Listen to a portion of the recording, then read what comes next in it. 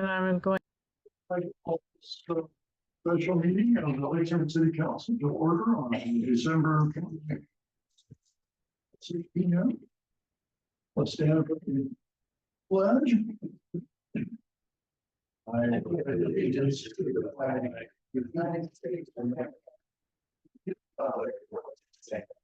one nation.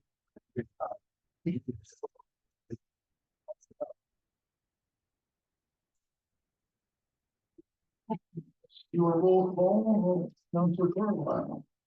Councilor Carlisle present. Tom Miller. Thank you, Ed. Alan Whiter. Adam Hand. From board. Thank you all. Does anyone have any changes that they wish to make to the agenda? In light of our city manager being out on sick leave, I think, and we've been advised to not discuss any job performance related issues until she is back and here with us. So I'd like to remove item 7A from the agenda. All right. That's a motion. I'll make a formal motion. I move to remove agenda item 7A, results of the city manager's job performance review from the agenda. Second. Any discussion? All in favor? Aye. Oh, or did we have something down there? Sorry, question, does it get it on the record, who advised us not to have that discussion? The city insurance. But lawyer, yeah. Anything further? Okay, let's vote. All in favor? Aye. Opposed? All right, take that off the agenda. And Karen, did we do a sign up sheet for public? Oh, yes, I did.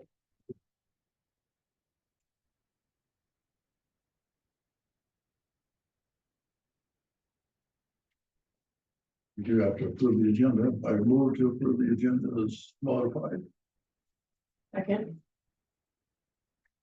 Any discussion on that? All in favor? Aye. And all opposed? No opposed. Okay. All right, we have Renee Pelham.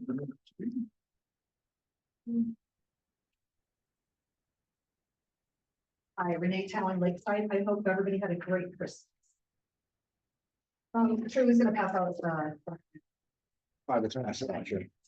So, council members, I've got two comments for tonight. First and foremost, the agenda for tonight and December 30th, yet again goes against our First Amendment. Quote, comments regarding staff are not allowed, and you may be asked to stop commenting. Staff have due process, rights of legal counsel, and noticed appropriately. And I cannot find any minutes where this council duly added that policy to the agenda format. I sincerely hope that the council will strike that phrase and avoid any potential litigation that we are seeing happening in other parts of the country where constitutional rights are being violated at city council. Secondly, while reviewing the packet for December 30th, the upcoming meeting on Monday, specifically resolution 2024-15, fiscal year 2024-25 supplemental budget resolution, a resolution correcting clerical errors on resolution 2024-07. In the new resolution, I found 4 clerical errors, 2 of them being numbers. So number 1 is the total amount on the first paragraph is incorrect. It says $15,354,081. It should say $15,320,854 to match the total of the budget at the bottom at the 3rd page of the resolution. Secondly, the total amount in total library fund is incorrect. It says $219,000. With the $25,000 that hasn't added, it should say $244,000. And then the other 2 are just typographical errors. I'm hoping that we could use spell check in our legal documents from here on out, so we don't have these minor things to report professional. So the word total in total street fund is misspelled, and the word tourism in total tourism is misspelled. That is it. Thank you. Thank you.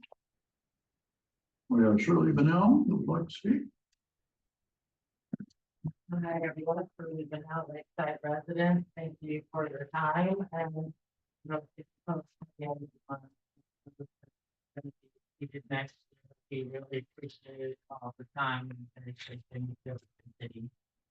I'm also speaking about December 30th agenda, because it's noticed as Thursday, December 30th on the official agenda. It's Monday. 30th. So that should probably get corrected.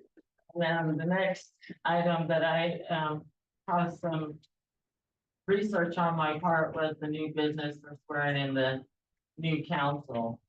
And I know the charter just uses the terminology in section 29 of commencement of terms of office of a person elected at a regular city election shall commence at the first council meeting in the year immediately ensuing the year of his election.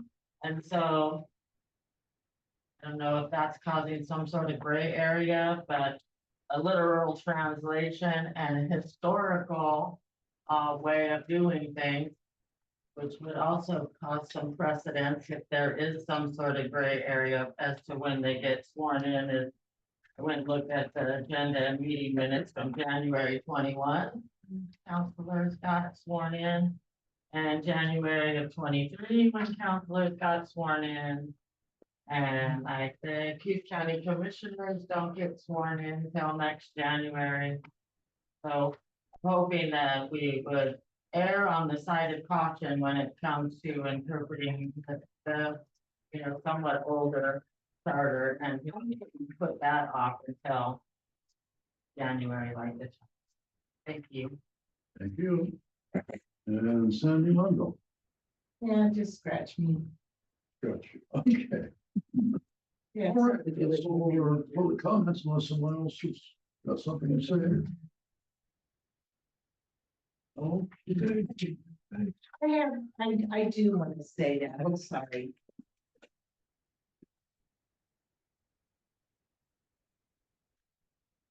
I'm Sandy Lindahl, Lakeside resident. Krista's not here. What's keeping her from zooming in? She's On Zoom. So why can't we discuss her review if she's zooming in? because she's officially out on sick leave. And our insurance company wanted us to delay that.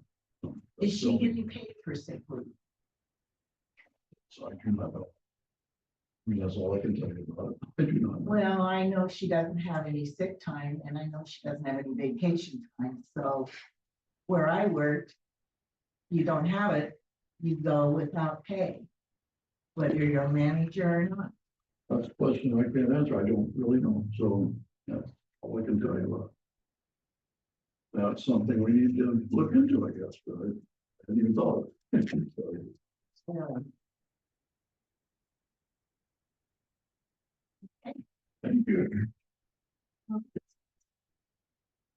Okay. We can go on to our old business and number one is taken off. So we have the American Rescue dollars and Krista is going to talk to us about that.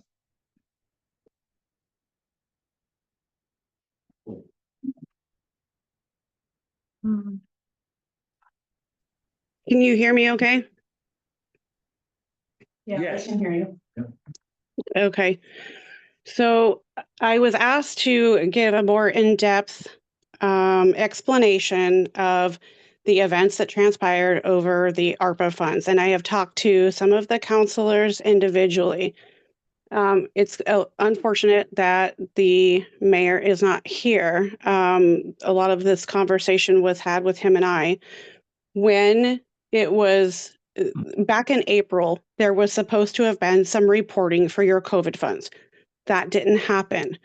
The federal government asked my predecessor about what was spent, and we started doing some digging, and I spoke with him and I spoke to the manager before him about how those things had been reported. When we started talking about ARPA funds in city council, I brought those reports with me and I had explained that this isn't new money. I just need to report it. And my understanding was that everybody understood that. And it seems that because I don't know why, but it was not, any questions were not asked further. When I talked to the mayor about that, I said, all I need to do is report it. I just want to know how it needs to be reported. And he told me that we are going to do projects. So when Mr. Edwards came and informed everyone that contractually everything needs to be allocated and under obligation by the end of the year, he was right about that, but you still had until 2026 to expend all of the funds, and you will still have to report annually every April. I think there's some confusion in the community thinking there was new money that we got, and this was not new money. It was rolled over from the year before from a line item into your cash on hand in your general fund. But we did, as council asked, we got those estimates that you asked for, and we worked very hard and very quickly to get as many of those projects bidded for. And apparently you guys were wanting to go down that road, except for my caution to some of these counselors and in council is that, to be blunt, it is in your general fund. You don't have that as new money to spend. If you spend that money, you will have to shut down City Hall. That is what is running your City Hall. You have approximately 350,000 left for the year. And if you spend it on other things, this will be worse than 10 times worse than the 8th Street property. It will be very bad. You don't have that money as new money. It was what you adopted for general services.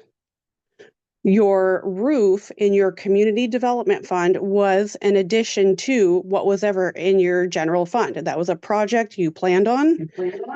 And it was a project that was on top of any other ARPA funds.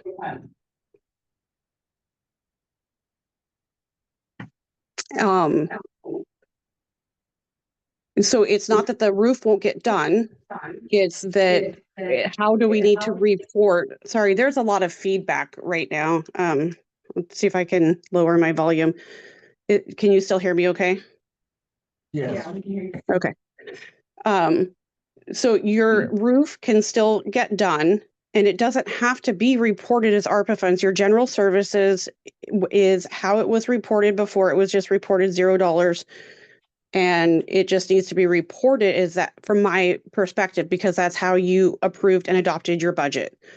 And I spoke to the CPA. She said that that's what my predecessor did, was rolled it into cash on hand.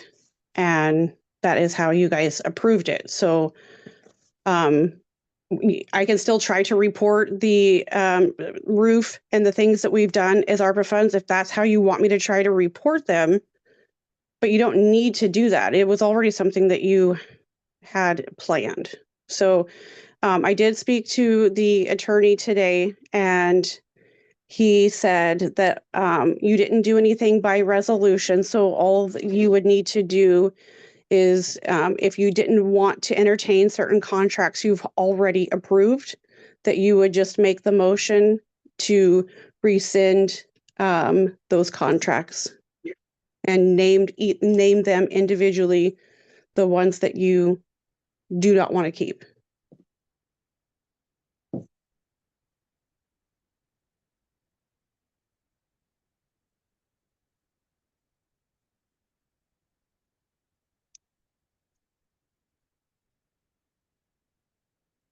Is that it, Krista? Or? Yeah.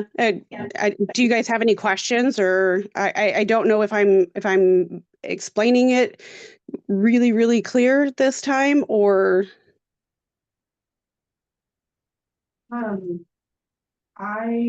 The thing that I had asked you about this morning, Krista, the standard allowance. Did you explain that to us a little bit?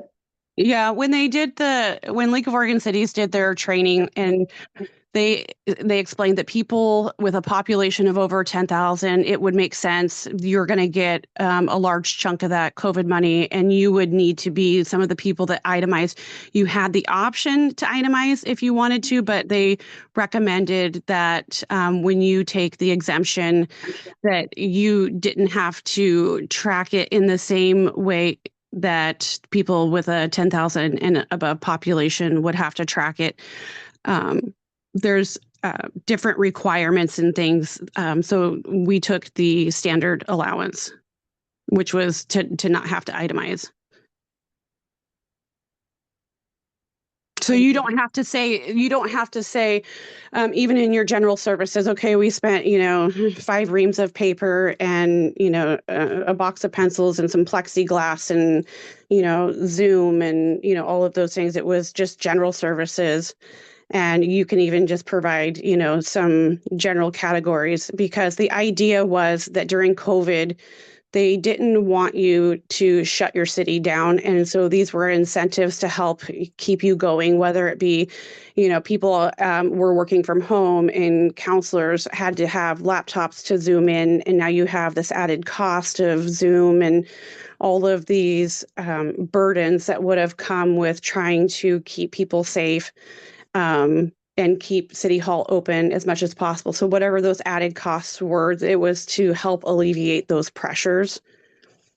Not all the cities did that. Other cities, didn't. They already had those kinds of things in place to where they didn't have to do that. They had IT services. They had, laptops. Everybody was already working from home. So everybody, responded differently. And that 10 million allocation exemption it just wasn't for, small cities. So You told us you talked to the SL, I'm gonna get the Yeah. acronyms. The LRF or something like that, lady. state and local fiscal recovery representative. And I just kind of told her what the situation was, and what she suggested is go back and watch this training that there was on Zoom, which I did, or not on Zoom, on YouTube. And I did that. And it just kind of validated what I had been reading, which was, yes, things have to be obligated by the end of the year. You have until, let's say, like if you wanted to do premium pay, you could extend premium pay out for until 2026. And so some of the recommendations that if you were going to do projects and if you were going to spend money as if it was new money, that at least I was trying to help you spread it out. So premium pay would have taken you through 2026, and it wouldn't take a hard hit to the general fund. Some of the stuff that we've already done, some of the, along with the roof, even if you still did the roof, you have that in your budget, you allocated for that. So I was trying to spread it out so it wasn't such a hard hit to the general fund. But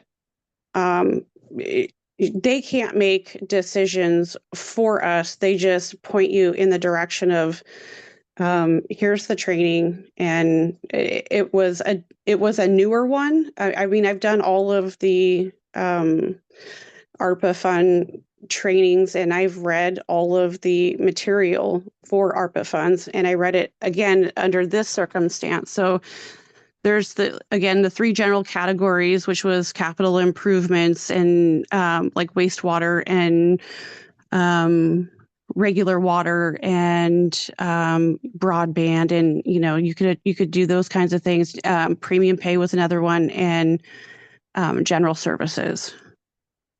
And so I just tried, when I presented it to you, tried to spread it around a little bit. But if you just stay straight with contracts, you don't have those funds. I mean, you could go under contract now and try and see if somebody wants to wait, until next fiscal year. And then, but I mean, with the way materials and stuff are, I don't know that anybody would actually do that. And it may cost so much more. Had the money been spent on projects early, then you would have gotten a lot more bang for your buck. But because of inflation and supply chain issues, that's not really a reality, and you can't go backwards anyway. So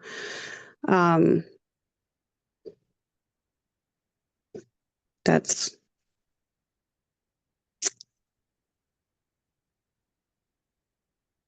am I explaining? I want to make sure that I'm really giving you all of the information. I'm not gonna lie, I'm a little confused as to how we just spent 3 or 4 meetings. And your office went through all this work to get quotes, and we had contractors spending time to get quotes. We're just now getting to this point. I don't know, it's a mix of confusion and frustration. Well, I did what I was told to do, which was to get bids. And also I did come to council and I did say, this is not new money. This is already in your budget. It's already allocated.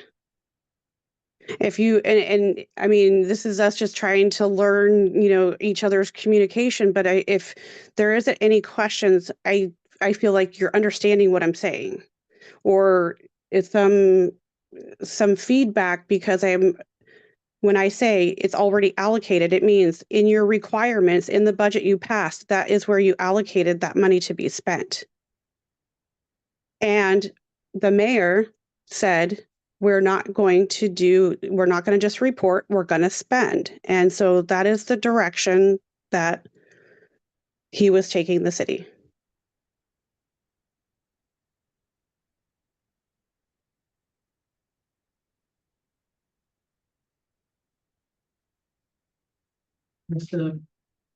I'm not just a little confused, I'm a lot confused.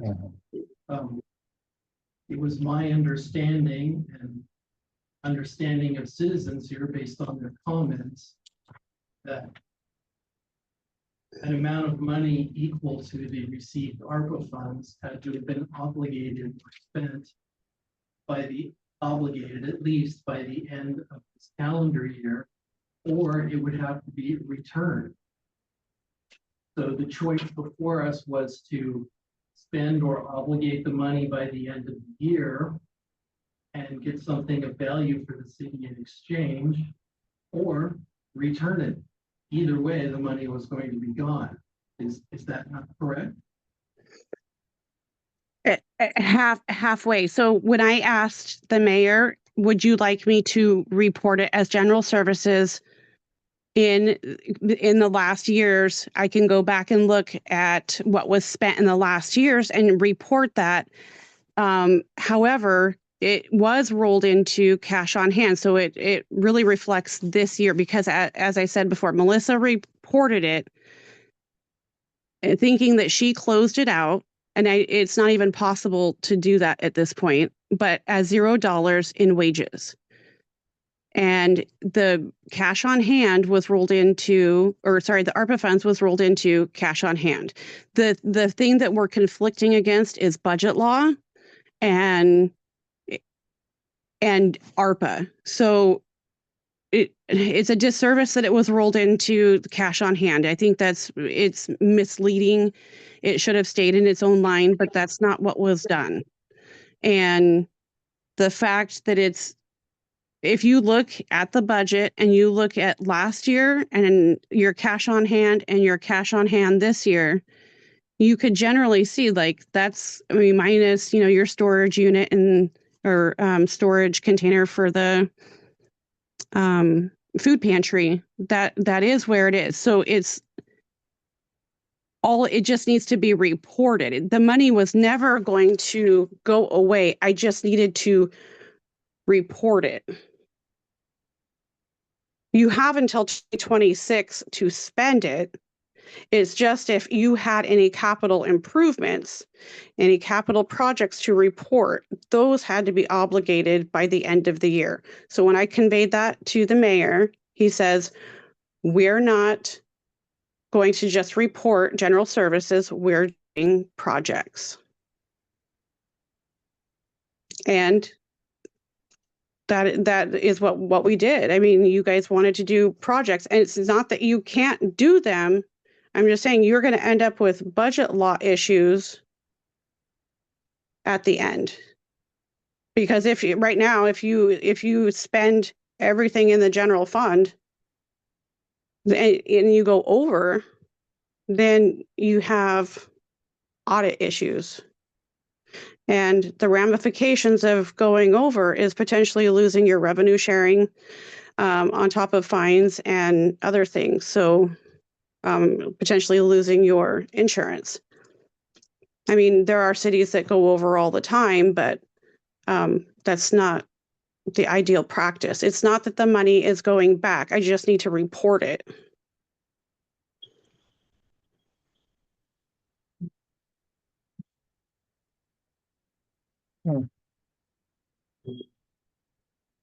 Further questions? We ask a question, up first? Yes, go ahead. Vicki, would you mind reading to her what the U.S. Department of Treasury says it's not an obligation? I think I provided that for you guys. Yeah, can you hear the audience, Krista? Yeah. Okay, you would like me to read through this paper that was left on our dais about what is not an obligation. It's quick. Adopted budget or budget amendment, appropriation of SLFRF funds, executive order, resolution, written or oral intention to enter contract, grant of legal authority to enter contract, claiming funds under the revenue loss category, moving SLFRF dollars to a general fund as revenue loss, but not further establishing an obligation with those funds by 12/31/24. Thank you. So that was one of the questions that I asked this SLFRF lady. Is she said that it simply being in your budget is not enough for obligation. If you are going to, let's say you wanted to transfer $50,000 to wastewater, you would still need an IGA with your own government to transfer those funds. A resolution doesn't satisfy that. They want IGAs and signed contracts. And that was in the training. Now, I don't know, if that, what was just read was an earlier rendition or whatever, but that was one specific thing that we discussed. So if you wanted to, say, okay, that's fine, Krista, but we're just going to make sure that the roof is going to be under ARPA funds, then, it would be like an IGA with ourselves to pay for the roof using those ARPA funds.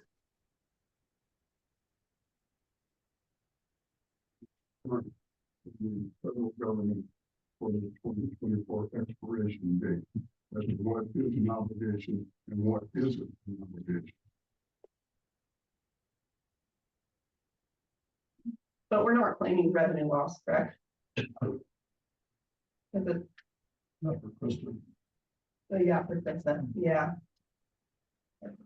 No, we're not. No, we're not claiming any loss. It's just what you guys adopted is what was intended is general services. Because if it was something different, it would have been somewhere else labeled as something else. And to me, that was the intention, was by putting it as cash on hand, you made it available to support City Hall. Because that's where City Hall is supported.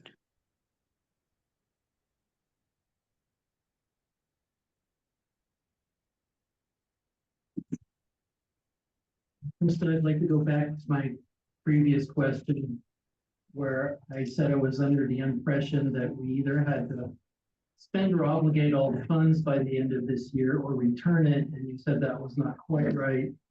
And went into a substantive explanation, and now I'm wondering what is our alternative to depleting the general fund? It's not So- clear- It's clear to me what you're recommending we not do. It's not Right. clear to me what you're suggesting we should do. My suggestion is to just report it as general services. And you would still get to do the roof. You already planned on that anyway. When you said spend or obligate by the end of the year, it's only obligate by the end of the year. You have until September of 2026 to spend all of the funds. So if you had a program or you had a big project, if you were building a, swimming pool or something like that, you could be under contract by the end of the year and you could build it within those 2 years and you had that time to do that. So what my recommendation is just to report it as general services and the money doesn't go away at all.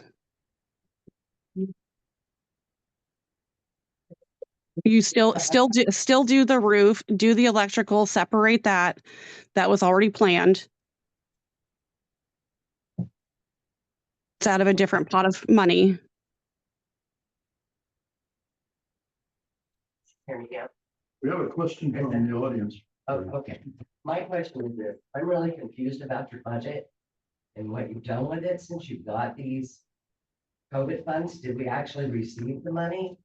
And if we received the money and we didn't spend it on what the government said we should spend it on, then do we have to pay them back? Because what I've heard is that it got moved into cash on hand, but you have to account to the government for everything you spend of it.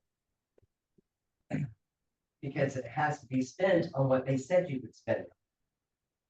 So how could the city move it into cash on hand and run the government with it when that was not what it was intended for? I'm really confused. Do we or do we not have money?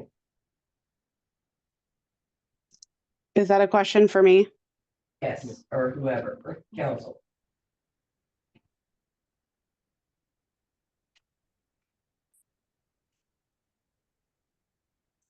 Hey, Krista, if you could answer that. Yeah, sure. So you do have the money and it was rolled into cash on hand and it is an approved use of the funds. General services is one of the main categories because again, they didn't want cities to shut down. They still wanted you serving your water and your wastewater and they wanted city halls running so that people didn't go without utilities.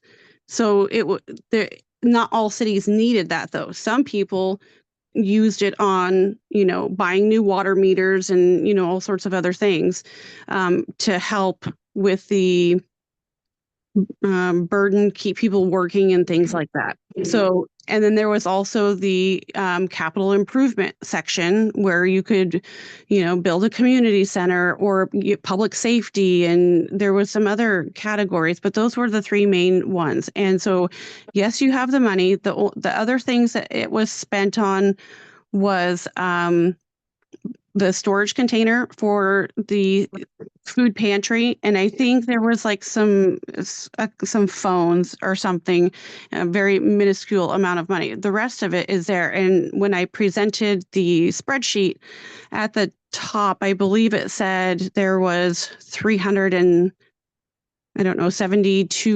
I don't have it in front of me right now, but that's what is left. You also have a CPA who is accountable in this as well. So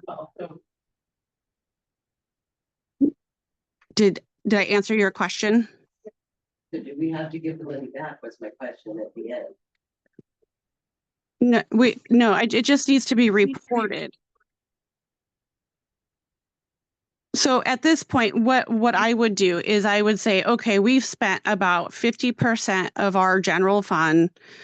And we're right on target. We're halfway through the fiscal year. And then come April, we would report the additional amount that's been spent. And then the April after that, the rest of it. If there's a way to close it out earlier, of course we would do that. But you're reporting every every April. And I think even a year after you're done expending the funds, you still report. So the reporting will go on for some time until they give you the okay to close it out, which is the okay that Melissa never got. She wasn't sure if she closed it out, but again, she didn't spend the money either. So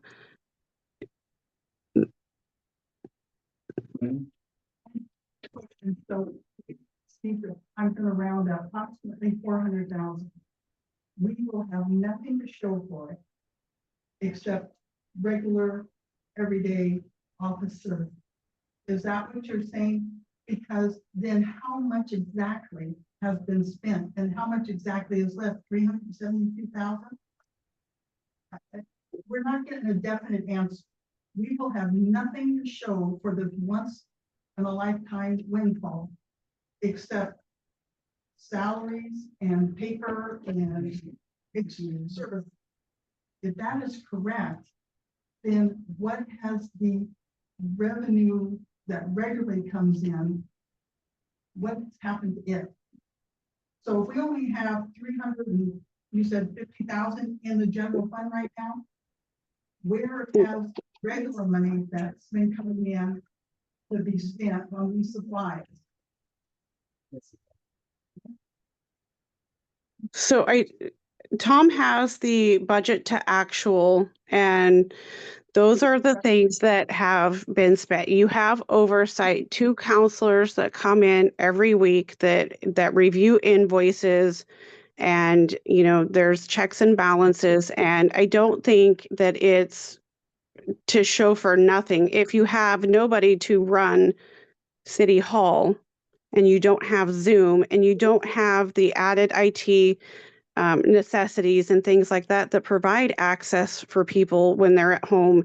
I mean, those are of value, but it was intended to keep things running. And I didn't make that decision. That decision was made before me. I'm just handed the budget that was done before me. Money's gone this year. That have been the ARPA funds that we put in there. We're not gonna have money to run, to continue Zoom and stuff. Is that what you're saying?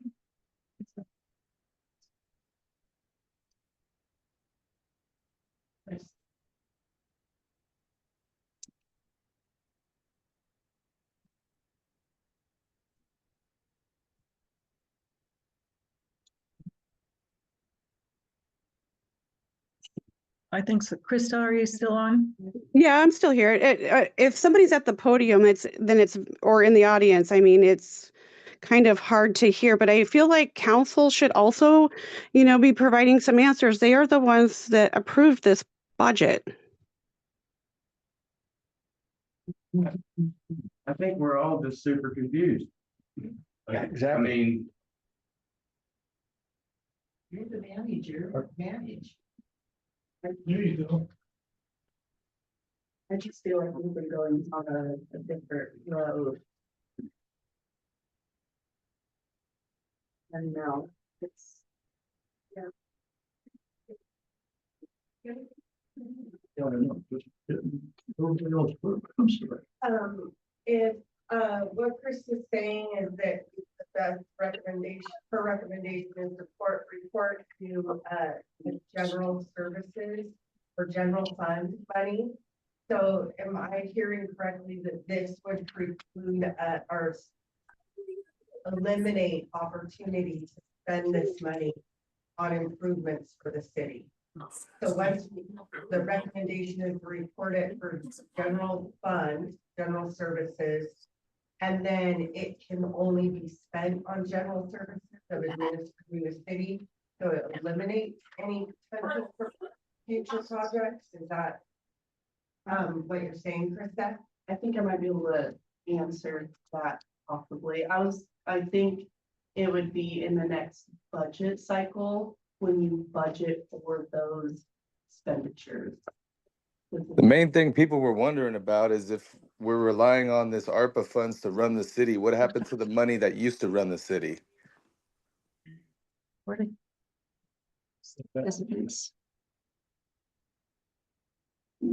Mute.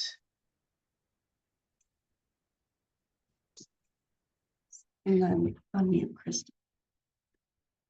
Just gotta unmute. Okay.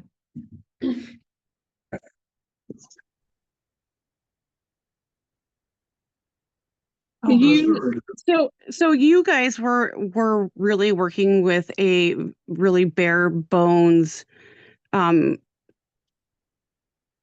general fund. It was having to pinch the pennies, their tools and things. Again, we don't have the tools to do our job. And I mean, there's value in that. Because right now, like I explained before, Microsoft, it is so junky that it doesn't even tell us if there's spelling errors or anything else. We are only as good as the tools that we have. And it's because you didn't have money to spend on those things. And, without somebody that is wheeling back a lot of what has been done and finding the most efficient and effective method and getting us the tools that we need, you end up saving money because, again, what happens when we have ineffective IT? We end up with sending a check to a scammy bank account or a whole bunch of other issues that end up costing us money in the long run. So the investment in that infrastructure, it's not for waste. I mean, just because you can't see the thing, it means that we're providing better goods and services. It means that our emails are working. It means, I get so much feedback about how it looks really bad for us. But again, we don't have the things to do our job. It's it's pretty bad. And so, but that's what happens when you don't have money to spend on things like that. You compromise goods and services.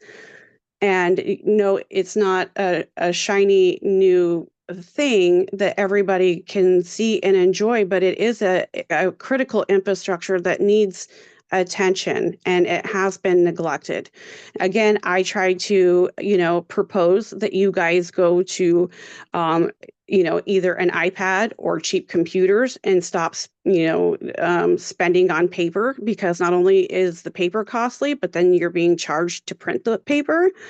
So there's a lot of cost saving things that I feel like, we could be doing, and that is a conversation for our next budget cycle. So what have we been doing, prior to? You have been sacrificing goods and services and efficiency and lots of other things. You now have a new copy machine, so that will be super helpful, and it will alleviate some of the worry about if somebody is wanting to come in and print a large amount of, flyers or brochures or things like that. We now can do that. We can charge the fee or whatever, and so that pressure is eliminated, because every time we went to use the copy machine, either it was jamming or something like that. So we have upgraded, we are doing things. You just have to see the value in it, in my opinion. But again, this money was received over, a couple of years ago, and the councils before, I don't know why they sat on it, but they did. And those are not decisions that I made.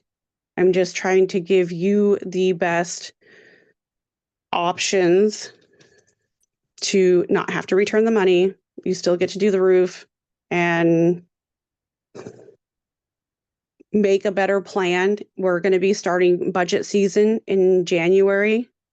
And then we'll start having these conversations and what, your next fiscal year looks like. Let's start making plans for, doing the things that you want to do instead of it being in this rushed way. The money will not go back. But that's how it was rolled into the budget.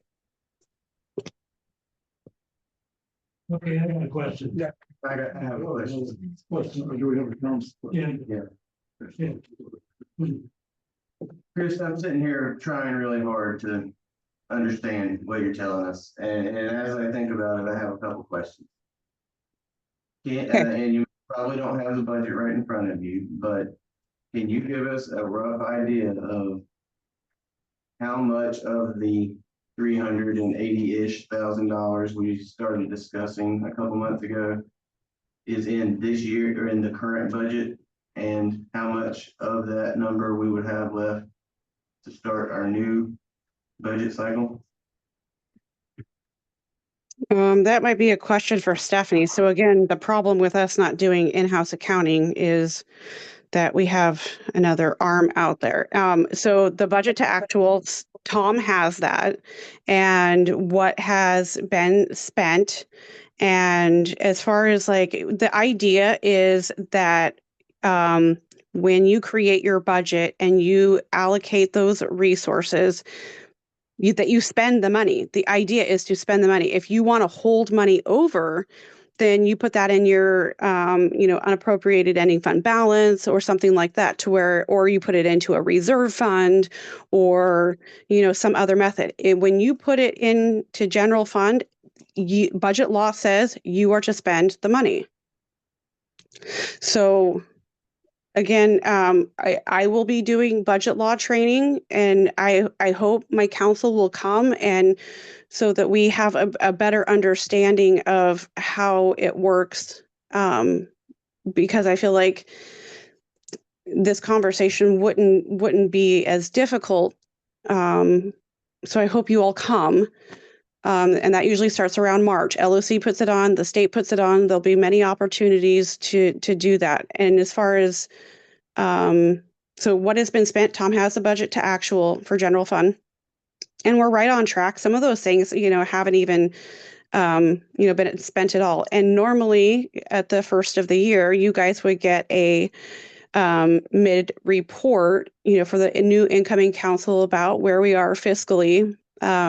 So I would also ask the CPA to do that as well as me. But as far as we've got the copy machine, we've we've done we have the deck ready to go. We've done the hot water tanks, and we've done, the faucets and things like that. We've got the generator going, but, we were still kind of over on the recommendation when it came to the generator. The generator has it has money to do that didn't even have to be in there. But it was a qualifying project. The manhole project was a qualifying project. So as far as like, what have we spent? I mean, we did the lights, because the lights kept going out and we kept having to call CFE in, and that was, they replaced all the lights, $4,000. And I'm sorry, I just don't have it in front of me.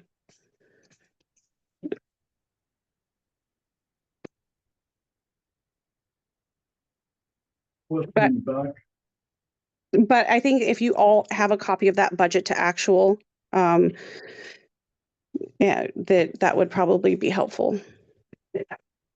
My question really was trying to find out of what is budgeted, how much of it was coming from the ARPA, not what the total or how close we are to our actuals. I believe that we're on track. I just was trying to get an understanding of, when we start into a new budget, will all of the ARPA funds be spent already, or are we gonna be able to, are we gonna have 200 of it still remaining to spend in the next fiscal year? Tom, do you have my budget? I think Sharon went to grab it. She's on her way to get it right now. So if you, and again, this is something else that I will create for you. You guys all need binders where you all have the budget. You all have a lot of these things. On the requirements, what you allocated was all of that money to be spread out through your requirements. So it's in, materials and services, it's in payroll, it's in, contingency and all of the other things. So will there be any money left over? Well, it wasn't intended to. The intent is to spend it. That's when you, And if the number is 0, I'm willing to hear that, but I was just trying to get an idea. Is this our last budget with ARPA funds, or will we see ARPA funds? No, you won't have any more. You won't have any more after this year. You'll have the different ARPA funds, which is a little confusing with the wastewater plant. I'm not confused with those things. Okay, thank you. Okay, lady in the back. Before I leave, I was told as a citizen for the last 4 months that we have $370,000 that we have to obligate, we have to spend, and we're gonna spend it on this, and this. And it's got to be spent, or at least obligated to be spent on things before the end of this year. So as a citizen, if we have obligated to spend this $300,000+ on these projects and we pay for them, can we still run our city, or will there be no money left? That's my question. Yes, but You have the money to spend for the roof and the electric for that. We have, like I said, the copy machine that's under contract. We did the, Thank you. I can answer that, I think. You're saying if once the $399,000 that we got from ARPA funds is gone, will we have any money left? Yes. We will have the regular income amount that we've had years previous, and I just circled it on there. What's budgeted for our income for the city of Lakeside is $266,000, but Can we still run the city? Is my question. we have done it in the past. Yeah. Okay, thank you.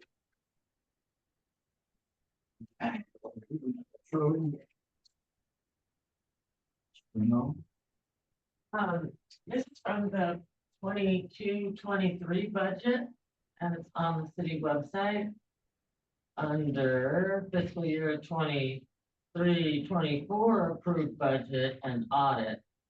It starts quoting how these funds were actually already appropriated through budgets previous. 397, 362 of the COVID state and local relief funds. City received a one-time allotment award split over the fiscal year 21-22 and fiscal year 22-23. So now we're talking about the funds maybe still being rolled over into this fiscal year 24-25, and will there be any left? But to be honest, they were all put in there over the previous fiscal years, and if there is money in the bank, that's the remaining ARPA funds. The city ran with no extra prior to those funds. So I think trying to say like, is it gonna be there in the next budget? Well, it's whatever hasn't been spent in this year's budget that's gonna be there for the next year's budget. Is it all ARPA? No, some of it's that, some of it's franchise and all of that, but it was reported that way, and it was a loss of revenue exemption for small cities receiving under $10 million. They can use liberally with easier reporting within the guidelines.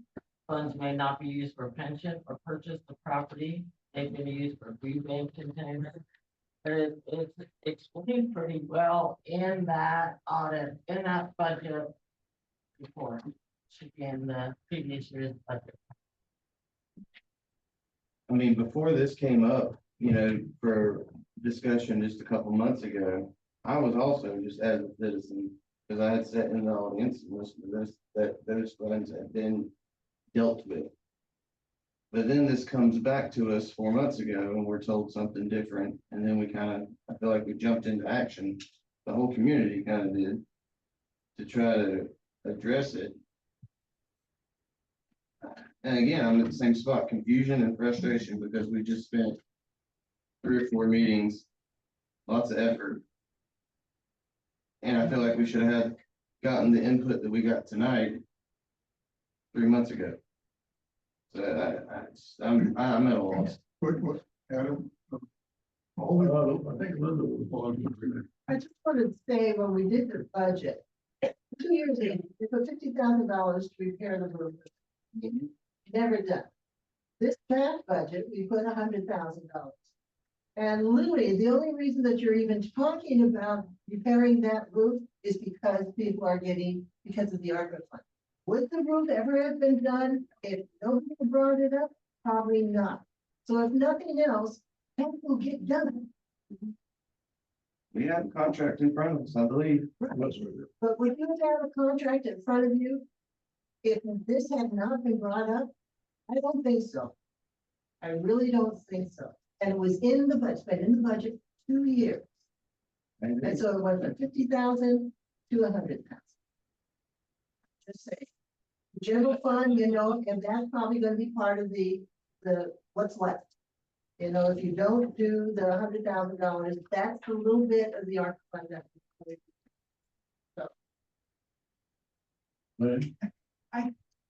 And like Lyndon, we're all been saying is, for the treasurer's department, it's saying priorities for ARPA funding, investing in long-term community benefits. That is what this one-time windfall should have been. We should have something to show for it other than paper and general services. It's hard for me as a citizen to comprehend that 90,000. We have nothing to show for it, and it's being said that at the end of the budget year, we'll have no money left, and we won't be running, but we still have the regular monies coming in. But it's right here, investing in long-term community benefits. And also, and this is from the federal government. This is the meaning. I mean, the federal government, Treasury Department says you're gonna lose it December 31st if you don't obligate it, if it hasn't been obligated. Saying that you stuck it in the general fund for general services, guidelines says you can't do that. Can you speak to that, Kristen? Yeah, yes, you can. And I contacted SLFRF. I've done the training and I have the materials. And excuse me. I'm talking. You asked for me to talk. So I did clarify, yes, it can be for general services. And again, it's unfortunate that when you guys received this money, that there was not more community discussion on how the community would like to spend it. I am coming at the tail end of it, and it was brought to the previous city manager back in April that it was needing to be reported. And then the federal government got a hold of the previous city manager saying, why aren't you reporting that? And when I contacted him, I said, you know, catch me up to speed. And he said it needs to be reported. And so at that time, I started having the conversations with the mayor. What has been going on? What needs to be done? We brought it to council. What would you like to do? Are you wanting to? I'm not saying that you can't go spend all of that money on your projects, but it is not my recommendation based off of budget law, based off of how you guys adopted it, which was cash on hand. Again, it is your choice. I was told that you wanted to do projects and that's what I did. We went and got the bids. I'm just cautioning again, though, that is going to be the situation.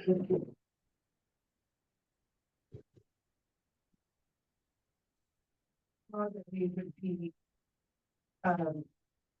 in jeopardy of violating would be to go over allocation. I mean, what is the harm of going forward with projects that the community has? Maybe I'm not clear on that. What would be the budget law violation as long as the numbers were correct? And we knew exactly how much there was to spend for the projects, and it wasn't over allocated. What would be the harm or the budget law violation? And I'm just unclear on it. So. If you get a big enough ding then, I mean, it depends on the audit and what Department of Administrative Services has to say about it, but you could lose your revenue sharing, which your revenue sharing is your LGIP account, and it is where the majority of your funds should live, and you get a high interest rate because all the cities put their money together, and um, state loans and things are created out of there. In return for you keeping your money there, you get a really good, so you would lose that, and that means you would lose income. You could also potentially lose the ability to have CIS cover you. And if CIS doesn't cover you, they cover 240 cities, everyone except for Portland. If they're not, if they're not covering, I'm not, you had explained those repercussions. You said if you get a big enough ding. I'm asking, what's the ding? Why would I get the ding?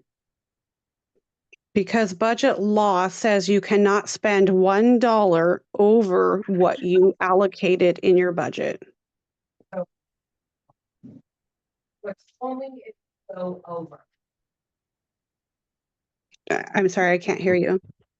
It's only if you go over the allocated amount. So if the council approved and allocated money to contracts, as long as they didn't go over the ARPA funds amount, as long as people were tracking the dollars, there is no ding.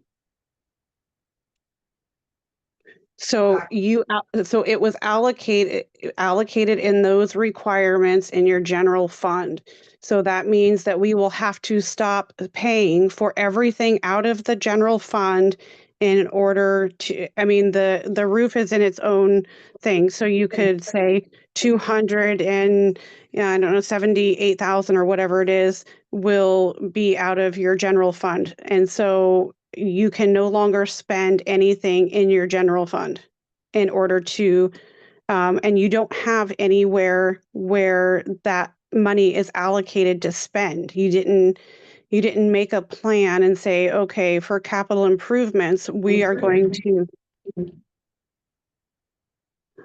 to spend that money. It is equivalent of being derelict of duty.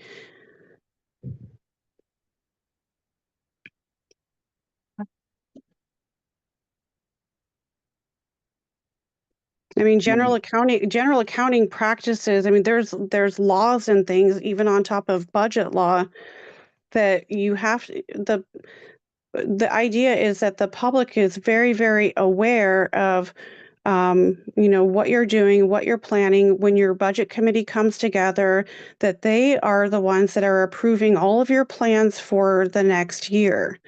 And if you try to do things that weren't approved by the budget committee or under budget law and just, go spend money on contracts, that's not what was in your general fund. Would be similar to Adam's confusion if this was a clear dereliction of duty and violation of budget law. I just feel like everybody was like down the wrong road for months. Actually, for years. For the last 2 years. So how can this be fixed? Can we do a supplemental budget and change funds? I mean, what can we do to fix this? So we're not dinged and we don't lose our revenue share. Something must be able to be done. We can't be the only city with this problem. You can only do so much with a supplemental budget. If it's 10% or less, you don't need to recall the budget committee, which is what we are doing with the library fund. If it is over 10%, you have to go through the whole budget process, and that you're halfway through it. There's only going to be so much that you can do. I mean, Yeah.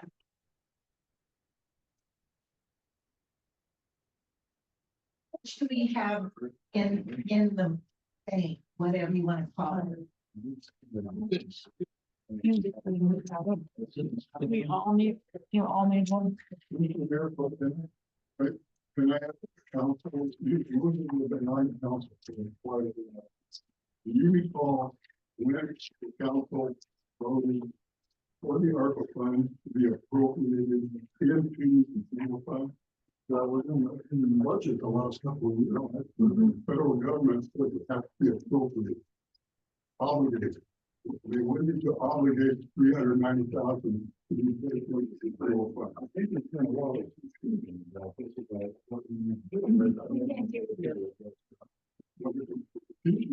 To obligate for the federal government, you have to have a contract uploaded into a portal in your account. When did that happen? When did it occur? When was it reported? This month. Yeah, well, On the ARPA funds into the jail. It was in our books.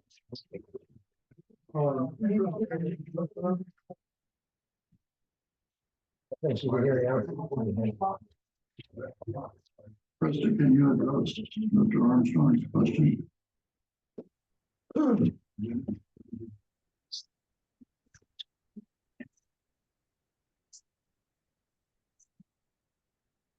Was that a question for me? I'm sorry, it was really hard to hear.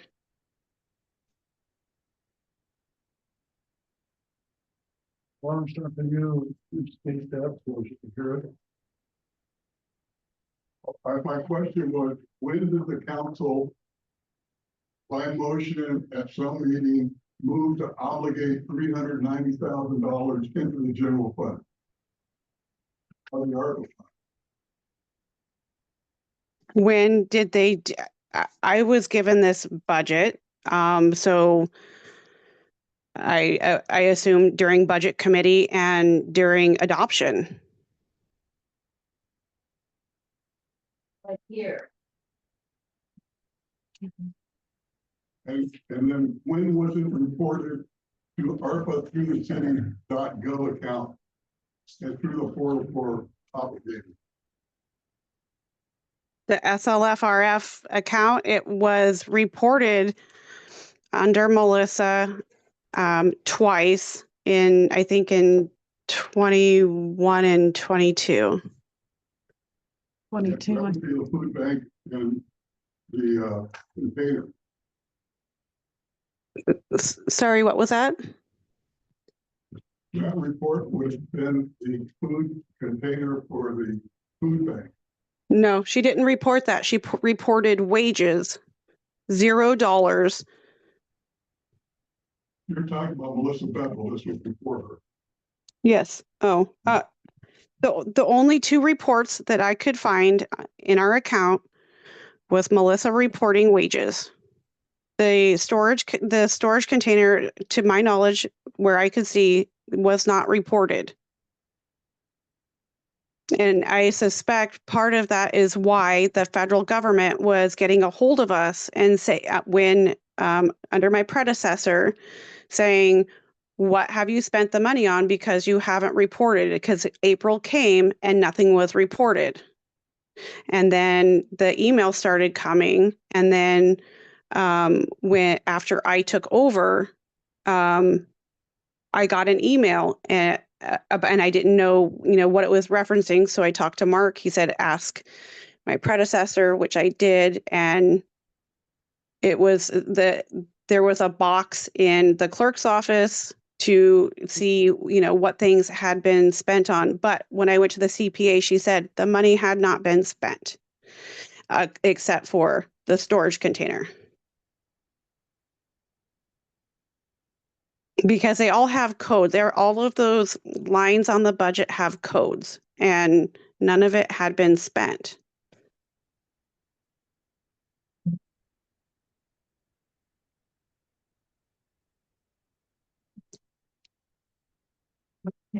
Now, what can be done? So, move it. First of all, what direction they want to go, I need to know that. Krista, can you address that? Where to go from here? Yes. Well,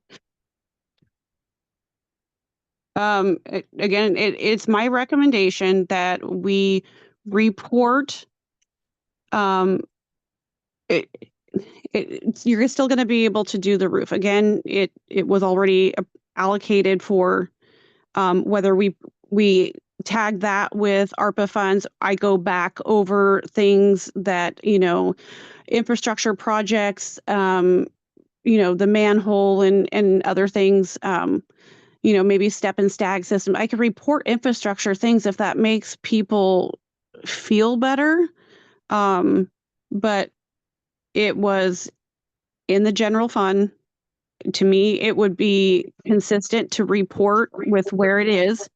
And at least some money isn't going anywhere, and we still are getting some of these things done. We've gotten, to the point of doing the deck and the roof and the electrical and the IT stuff. And, we've still done a lot of things. So that would be my recommendation, is just to report it as general services, or the other option would be to just go back over time and tag them as infrastructure projects.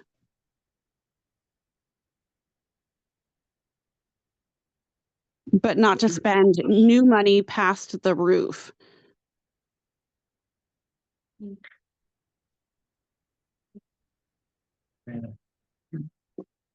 Chris, is it your recommendation that we approve the contracts that are in front of us for the roof and the electrical?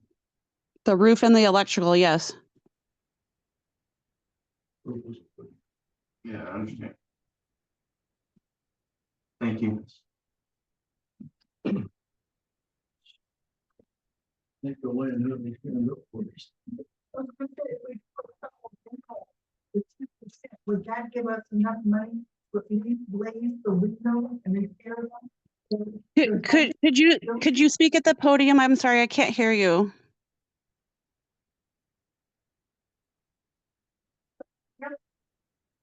Can we do a supplemental budget, 10% to at least get some money to do, how much can we get if we do a supplemental budget to at least do the maintenance what we need here, the split air or the windows? Those are necessities.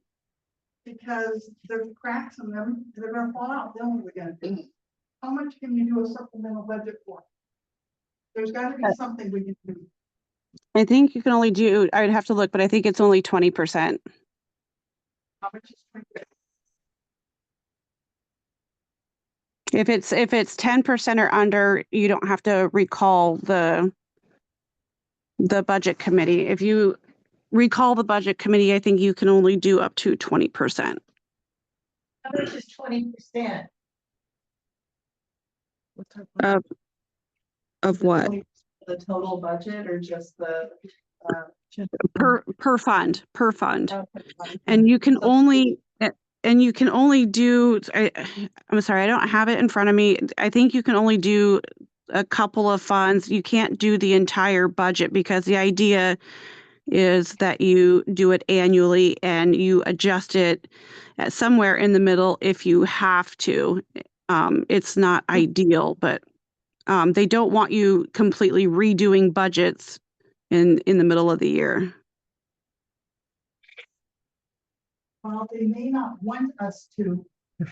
Can we award the contracts and then do a supplemental budget to the podium, fix and go down the road that the federal government is saying to use it for something to show for it?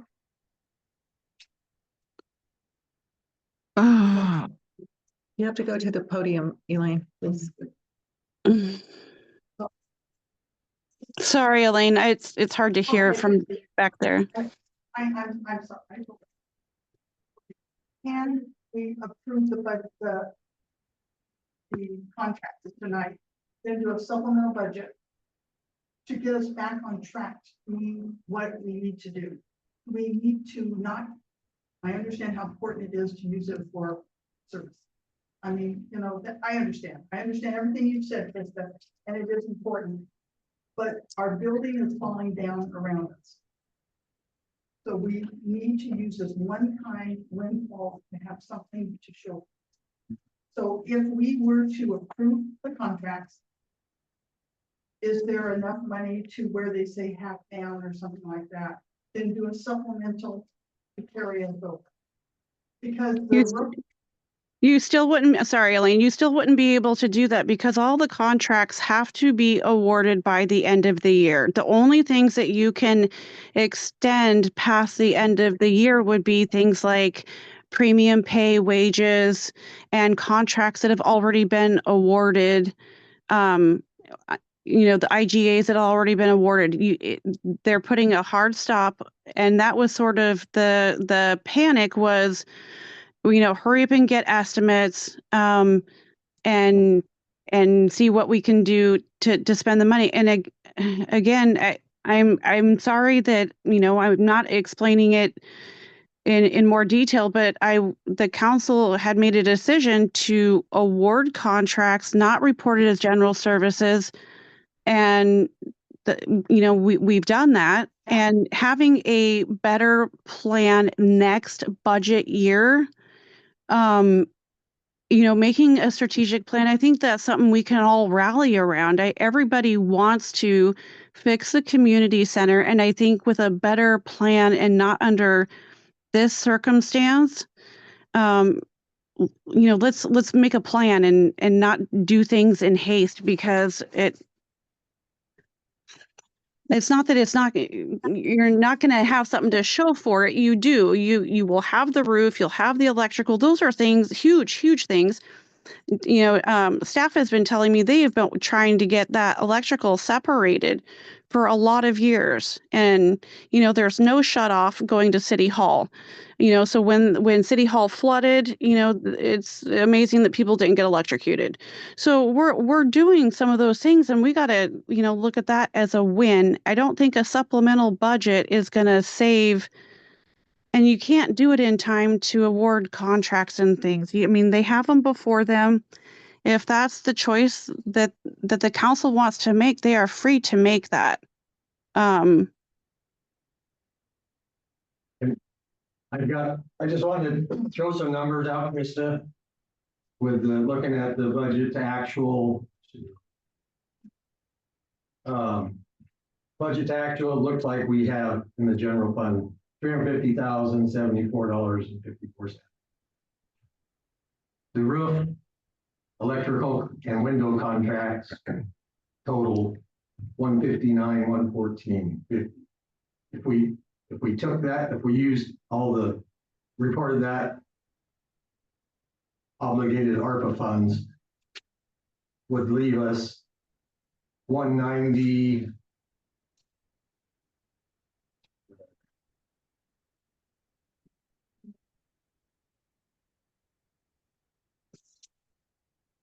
$190,000 and some change in this general fund.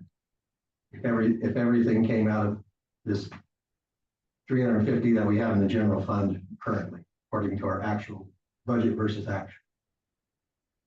And your roof is sitting in community development. It's not sitting in general fund. Okay. If we left that there and used out of the general fund and obligated that through the ARPA funds, would leave the 100,000 in the budget to carry over and not use it out of the line item. Could that carry over? And could we use it out of this general fund, designating it with ARPA funds? If that makes any sense.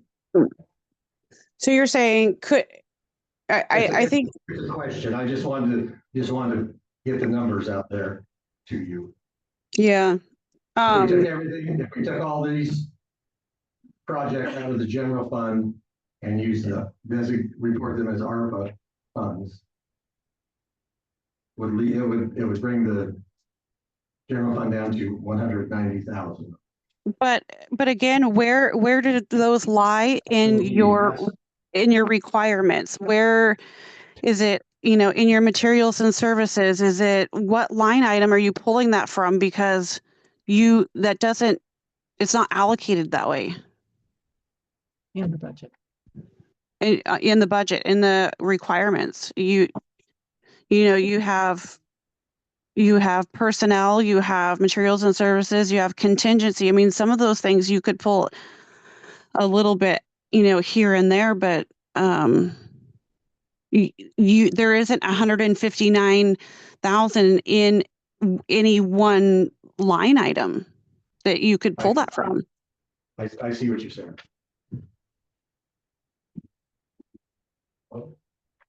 Krista, I'd like to take a stab at getting a bigger picture kind of understanding. So if I'm understanding you correctly, what you're saying is that we can't obligate or spend funds that exceed the budget authority. And that if we stay within our budget authority and don't obligate COVID relief funds to specific projects by the end of the year, that the money that we haven't obligated from those funds will still be there through the magic of reporting, and that they can be allocated for projects in next year's budget process. Is that what I'm hearing? They cannot be allocated for anything that needs a contract after the end of this year. So next budget cycle, there will be no infrastructure projects, no building maintenance, no nothing. You can't spend it in that way. If you wanted to try and hold over any amount of money into the next budget cycle, you could do that, but you could only do it with like an IGA or dedicate it towards pay or something like that. It has to be under those 3 categories, and anything contractual is over December 31st. Yeah, I'm just really not understanding what you're recommending as far as us moving forward. I just don't get it.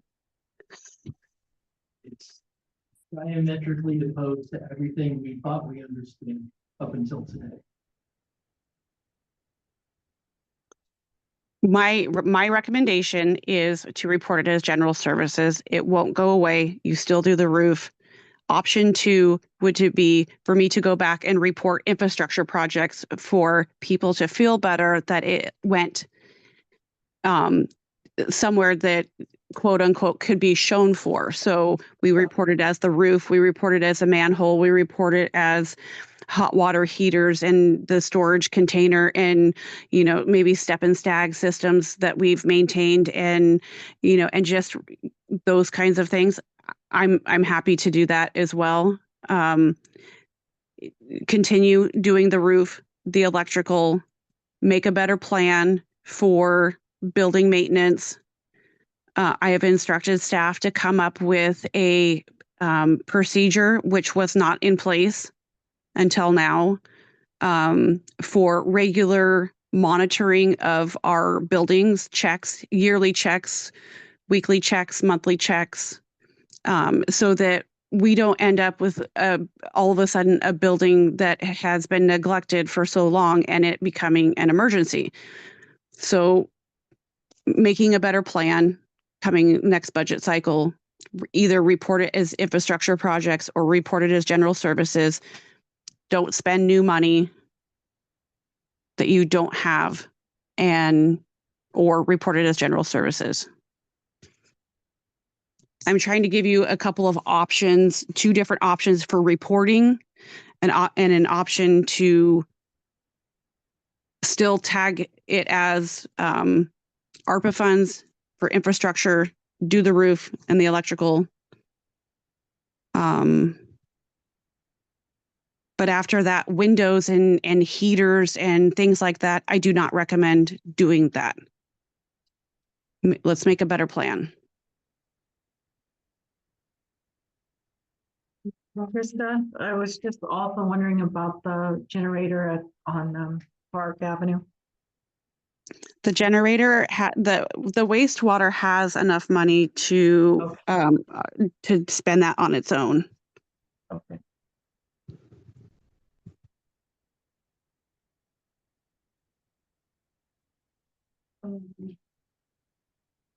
We'll probably talk about what the next step is for council. And also, just because we received bids on things, sometimes, you have no idea how much it's going to be to do something. Heaters, for example, I mean, those came in, pretty spendy.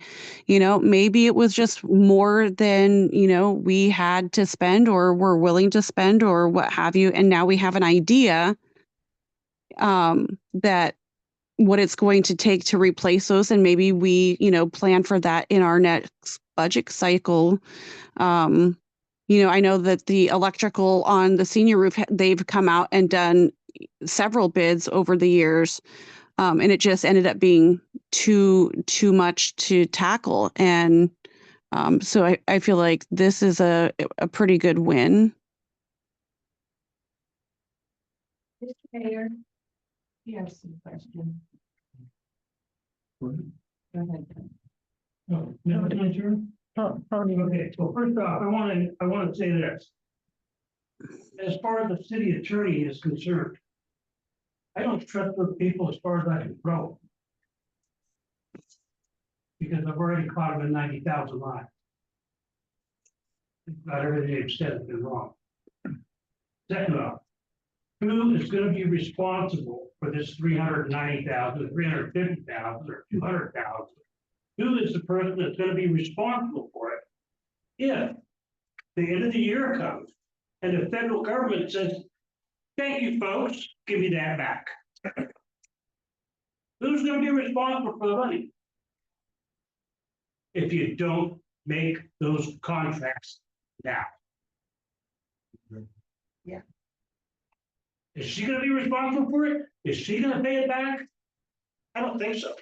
She also said that she was the one who said that if it's not spent, it has to be obligated by December 31st. Now she's changing her tunes. Can you address that, Kristen? Being spent and being obligated are two different things. Obligated means that it is under contract or an IGA. You have until 2026, September 2026, to expend all funds. All funds not expended after September of 2026 may need to be returned, not the end of the year. Besides the fact that any attorney that writes a contract. Further discussion.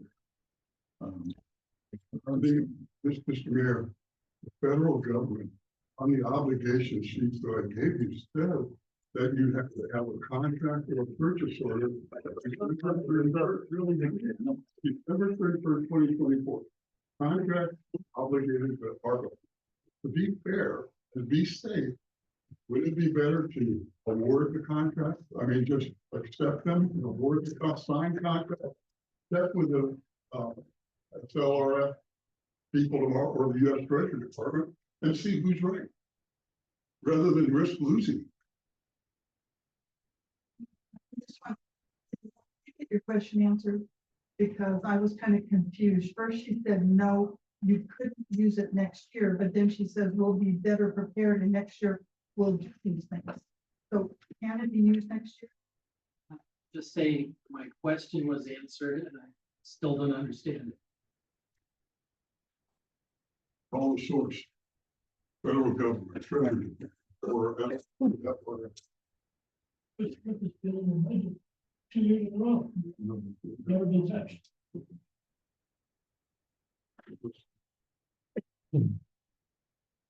Well, we have some contracts in front of us. Do we want to?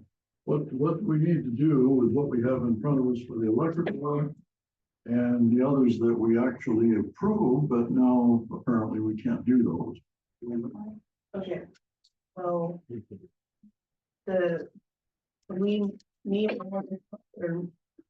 Helen, Tom, and I met Wednesday. Get these contracts. Yeah, to get the contracts, in order. Krista called us and told us this information. And I was like, well, we need to talk about this with council, obviously, and, so we got one contract signed for the electrical because dude, yeah, regardless, the roof and the electrical are gonna be done anyways. We're not taking any more steps. Those are. So, we don't need to. Just, I don't think we have to, because we already approved it, Alan signed it, Okay. yeah. So the public can understand that as of tonight, the You're under roof and the contract. electrical at a minimum is under contract. Yes. Yes. So, but as for the other things, we needed to talk as a whole about, and we wanted Krista to present the information to everyone. So we can all make a decision on what is gonna be our path now. And Tom started. What we want to do for Information, yeah. pardon me? No, you started giving us some information earlier and it sounded like you had a plan that might help us do more of it. I was just putting the numbers out there as what we had if we added on these two, the roof and the electrical are done. Okay. I just put the numbers out there to, if we want to go further with some of the other projects. Is it your opinion after looking at all that, that we can do some of the others and be fairly safe? It depends on how much of that money, that 350 you want to spend, how far you want to deplete the general fund. Could take money away from other things. And And how much faith we have that the feds aren't gonna show up and take it because we haven't done something right. Is that our fear right now? Are we, do any of us really understand whether that's gonna happen or not? Cause I don't. I think the problem is what's that number that we have to get to obligate? Because the ARPA funds were filtered through the entire budget. So we don't know exactly how much has been spent already in general services of that. We were asking in the last couple of meetings to kind of get a number, we haven't. So it's not like we don't have an exact number of what is left of that original 398,000. To err on the, so Chris was saying we can't do any more improvement projects next year with COVID funds. So I feel like approving, we're doing the fencing for sure, because it was 13 years, it's not the point of contention here, but I feel like at least doing one more, or you know, that we were gonna probably try to do next year anyways. Now, which one is appropriate to do this? Do we think about? So like the heating and or the windows. I might need to abstain from this conversation because it involves my conflict of interest. What is the total of the heat and the windows?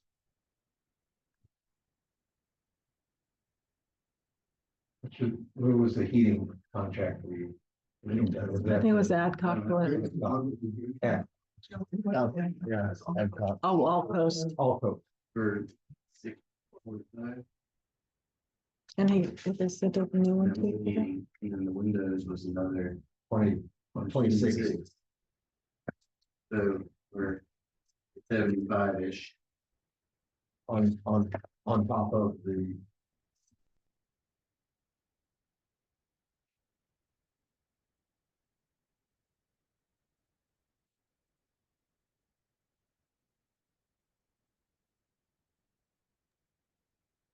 And if we can walk away from this meeting, confident that this, there's gonna get a new, we're gonna get electrical sorted for this building and that building.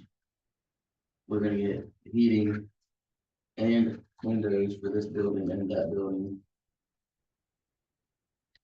And not just destroy our budget feel like that's what the public wants. That would be great. If we can spend that much money. Well, I guess, That's the question. and generally, we would look to staff to ask that question, right? Mr. Mayor, you should be able to check with sam.gov in your account, find out how much of the ARPA funds have been spent or reported. That should be in the account. Well, there's some other things which- I have told you that what was reported was wages for $0.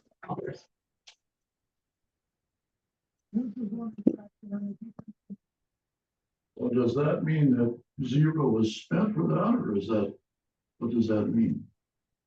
That means Melissa reported wages for $0. Nothing was reported as being spent.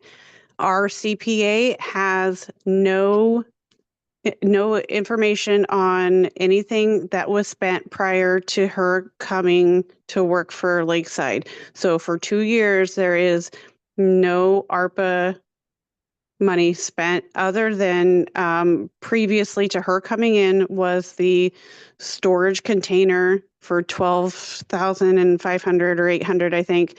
And then we tagged the hot water tanks and faucet repairs and I believe the deck for the ARPA funds, which brings that around, I don't have it in front of me, obviously. I think that brings it around like 18, 17 for those things.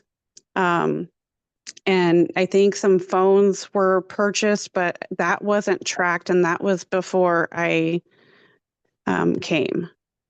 And it's probably totals, like maybe $1,000 altogether. I think there was a couple of other things, but the tracking wasn't there, and to the CPA's knowledge, nothing was spent.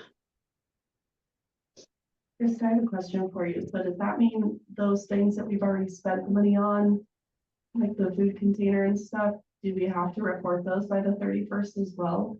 You don't have to no, you just have to be under obligation. So when I brought this to you guys, it was, how would you like me to report this?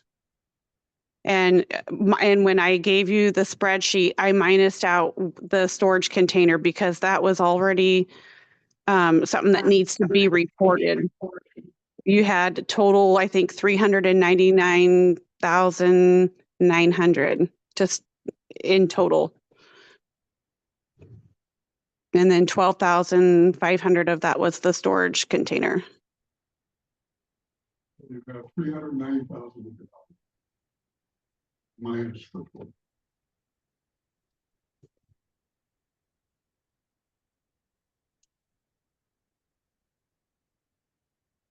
Really?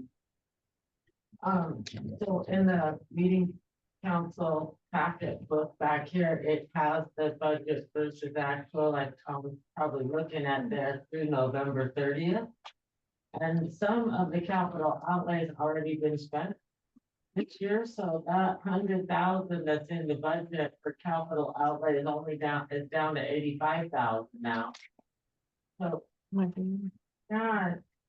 can't commit to or sign contracts going over budget. That's what she's trying to say. So there's only 85,000 left in that 100,000 for capital outlay in the general fund. I think they're taking it out of the, There's no separate line item. It was absorbed into the general fund over the 2 fiscal years. Mhm. Yep. And so there's 100,000 in tourism capital outlay. Which, if that is being considered a community building, possibly some of it could get applied to that 100,000. And they aren't gonna ask for that many route maps.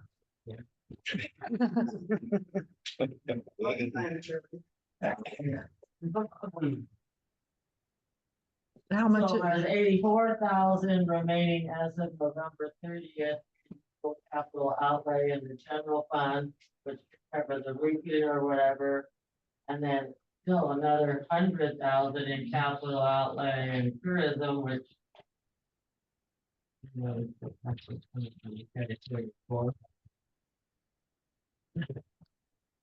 How much do they have in community development? Community development has a bunch too. I think it's 25,000. Didn't we hear earlier that the 100,000 budgeted for the roof was in that community development section? I think that they capital outlay. So the roof isn't affecting the general fund, is that accurate? Fast. That's accurate. Why hasn't anything been done on it?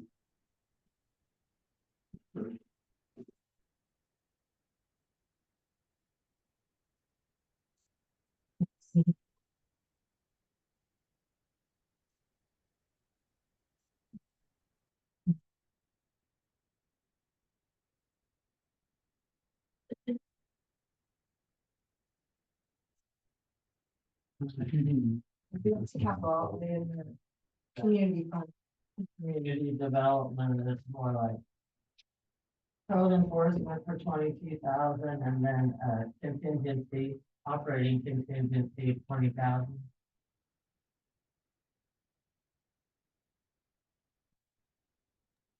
The whole issue was that the ARPA funds lives in the general fund.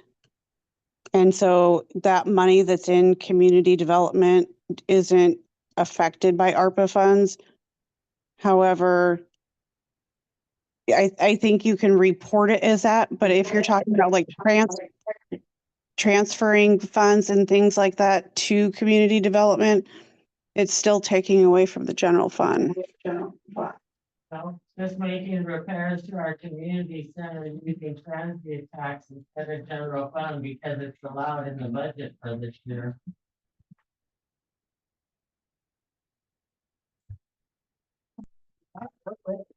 $185,000 to work with this fiscal year, allowed without making any budget changes, and I can't imagine any other plan for $100,000 for transient tax at this point.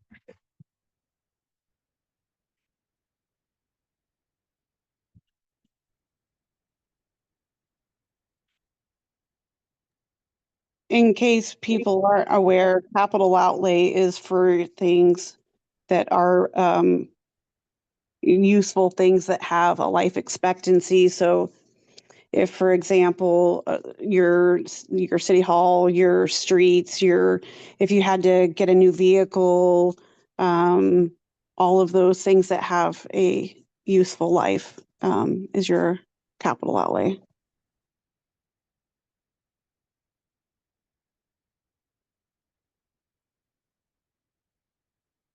So, Krista, if we go ahead and approve the heating and the window contract, which is looks to be around 72,000, what happened? Well, like Shirley pointed out, if you have 85 left as capital outlay, then that's what you have for the rest of the year. So I don't think anything's going to happen. You're not overspending what's already left in there. I think, that would be fine. As long as you don't go over what's left. And Tom has the most recent budget to actual. Maybe he can tell you what it says under capital outlay.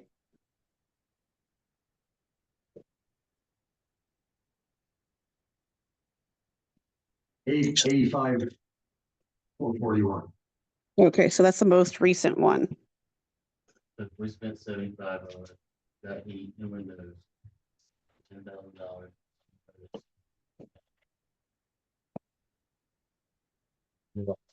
June. Feels like a good spending of money. I mean, if we're gonna spend money.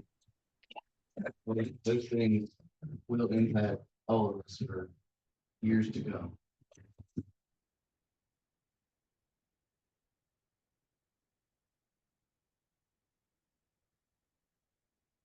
We've already approved it. Just have to go from us approving the bid to getting the contracts.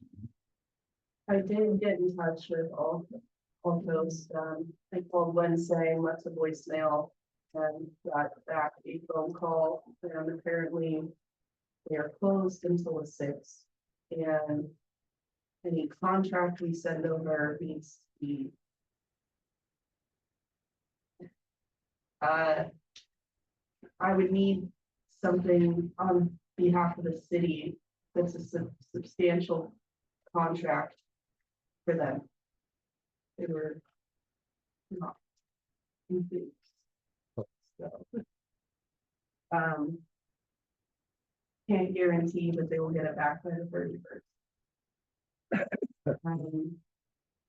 Krista, do you happen to know or would know of a place where we could find any sort of contract the city of Lakeside has in place For what? for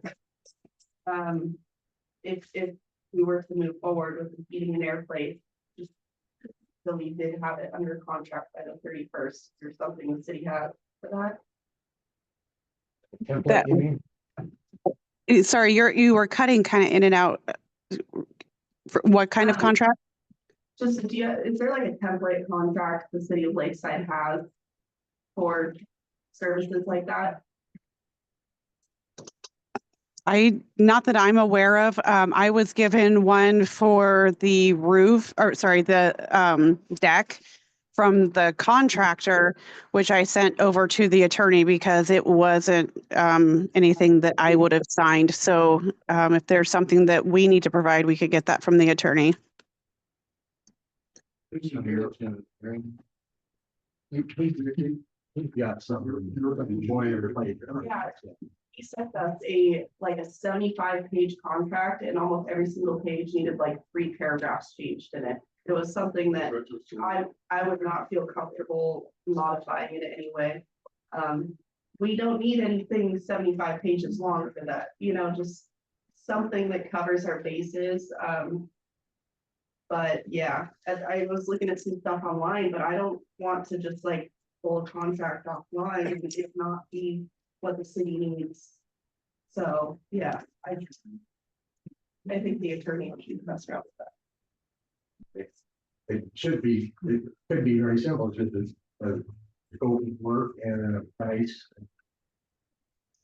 Timeline and In line with the bid number. Yeah, this was the contract we provided with many changes needed to be made all over my paper here. So. Should we ask Aaron or lawyer or? And can we get that still done by March?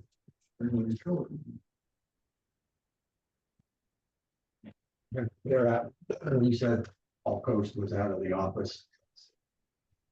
That's what she called me back, or she called back and told me that that's what her voicemail had said. And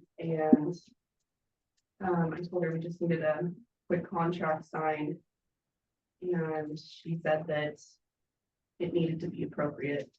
So, Man, well, $45,000, get me into an office sign contract. yeah. Yeah, Absolutely. So if that's the route, if we're still sticking to the original plan. Either, I know you're out, Krista. I can talk to Gary if you'd like to get a contract made up on behalf of the city, or if you would want to do that. I'm not gonna ask you to do anything while you're out on medical leave, but it sounds like, is that the consensus? I think so. So,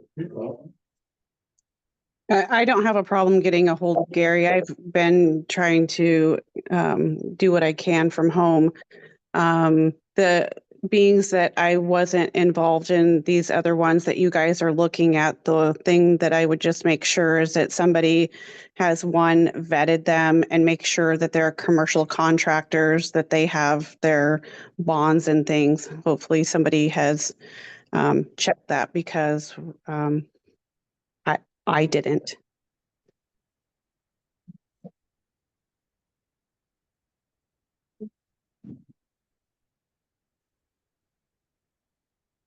Oh. Friday, last day. Monday. I guess. But those guys. I think be back in the office at 6.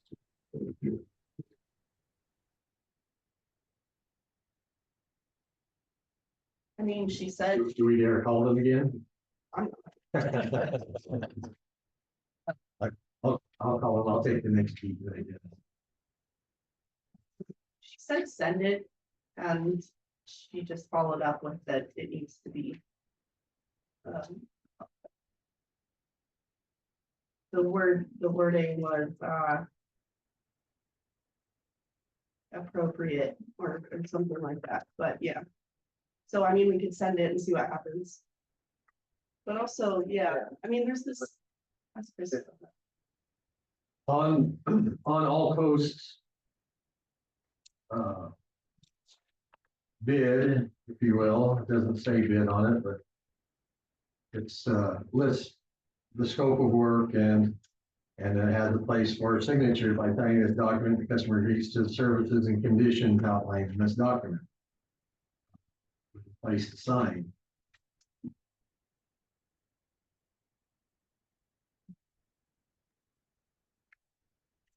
There's not a place to sign. There is a place to sign, yes. It's Okay. actually, they are calling it an estimate. But has a place to agree and sign. I think that's fine. They will probably send over, it's your agreement to go forward, and then they would send over the official contract and then you would sign that. But as Yes. long as that is signed, I think that's okay. It would, I think, would qualify as an obligation. Yes. That's just the way we print it. When I pull it up, you push a button, but that's just the way it prints. So it'll look different when I push the button. Or when somebody pushes the button. Well, that one could be signed, and be okay, it sounds like. And then the windows contract. Yeah, we do. Contract. Yeah. Yeah. That will be simple. We have 4. Yep.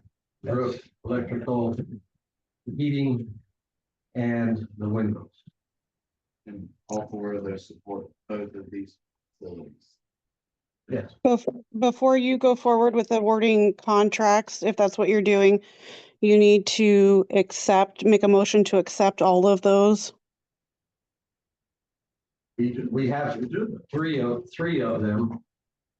But we had accepted the estimates in the previous meeting. Do we need to accept the contract again? You accepted them, but you didn't award them. Right. Correct. Okay. Excuse me then.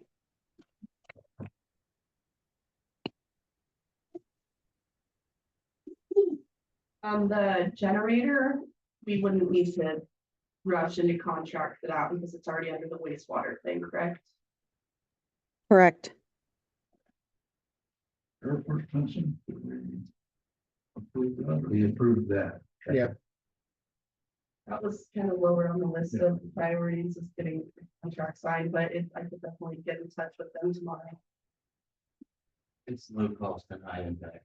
Yeah, we just as far as the big ticket items getting. Well, then, there's some legwork needs to be done with these.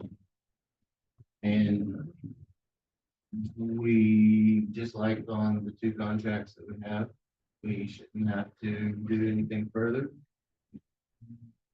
on them. I mean, if you can get them to sign contracts, we sign contracts, council doesn't need to meet about it again. First up, can you answer that? I'm sorry, I didn't hear. I didn't know you were talking to me. I'm sorry.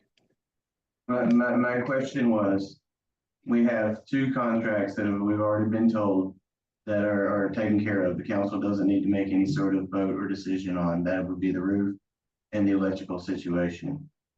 Okay, We have a couple other bids that we've been discussing here that we would like to go forward. We've already voted and approved the bids as a council. Does the council need to meet or discuss or vote on them again? Once the contract's signed, like can the subcommittee we created last time go ahead and get those contracts, get them signed, and the council doesn't need to come together on it again? you've already approved them. You don't need to do it again. Okay. Award. Yes, we need to award the contract. If you have not made a motion to award certain contracts that you wish to award, you would need to do that now, and you don't need to come together again to sign them. We have awarded two. You've awarded two, but you have other ones tonight that you Yes. wish to award. So you need to Yes. make a motion to award each of those individually that you wish to move forward with. I'll make a motion, let's do them individually. I'll make a motion to award the bid for heating to All Coast Heating and Air, Second, the amount of $45,000. second. Any discussion? Still don't know if if awarding this contract is going to create problems with budget lobbying. I don't think we know that for sure. 85,000 in contingency, we were gonna be back for the 72,000 additional that we needed. That leaves what, $10,000 until June, correct? Correct. And, motion and second. Motion second, discussion, any, okay. All in favor? Aye. Aye. Opposed? All right, that's approved.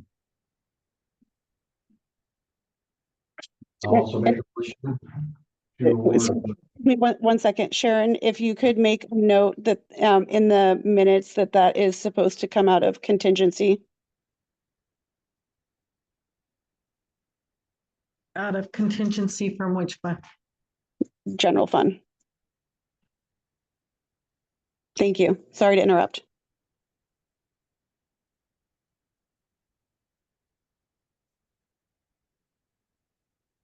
I'll make a motion to award the bid to Mike Armstrong Construction for the window work in City Hall. Amount of $26,022. Second. Okay, any discussion on that? I have a question.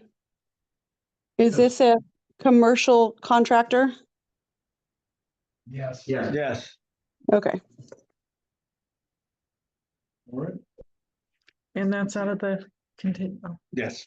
It's all about Contingency the- fund from the the general general fund. fund contingency. We're in budget.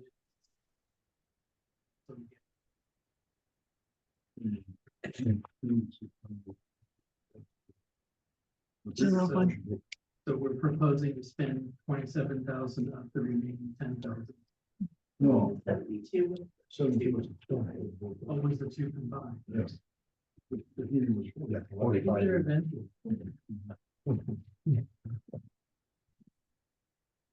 Okay, all in favor? Aye. Aye. Opposed? All right, that is approved. I'm staying for the record. Yeah.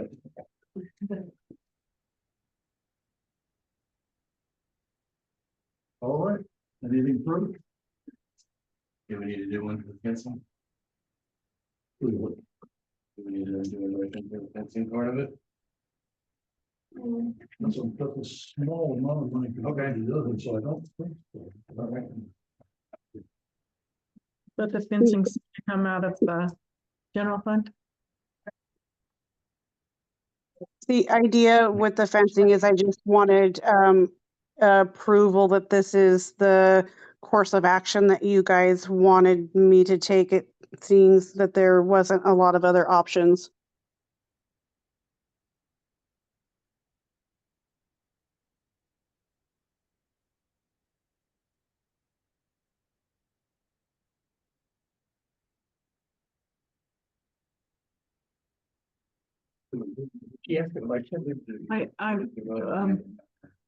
Krista, could you repeat that, please? I just wanted to make sure that that was a course of action that you guys were wanting to take. It seemed like a solution, a temporary solution to get folks out of the airport. Yeah. Yes. Yeah, I think the people will take care of 3 years. yeah, we approved it for a year, but it was kind of more permanent solution before then.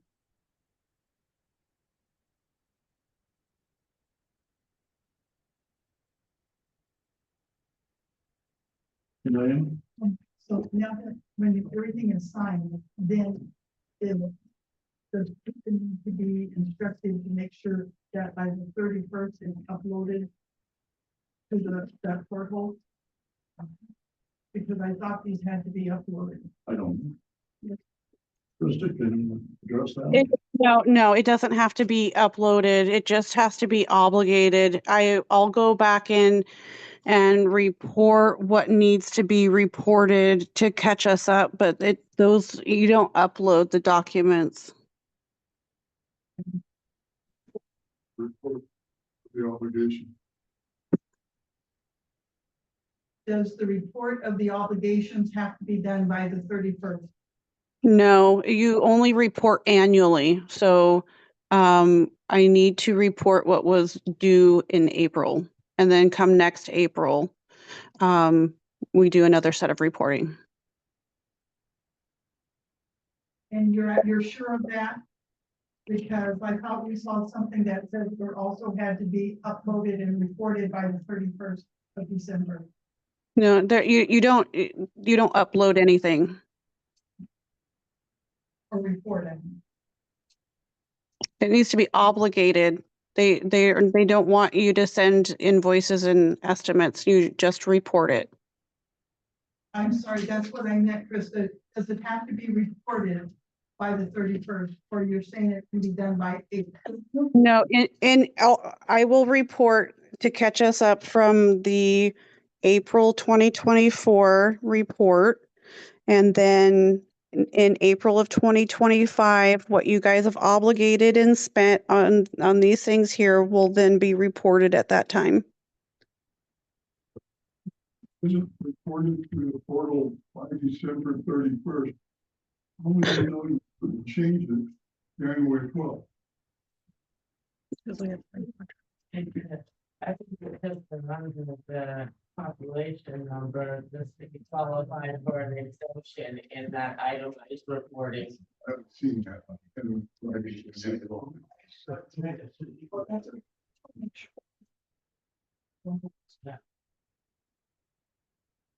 Krista, we had one other question about our meeting on the 30th, that you have the swearing in ceremony.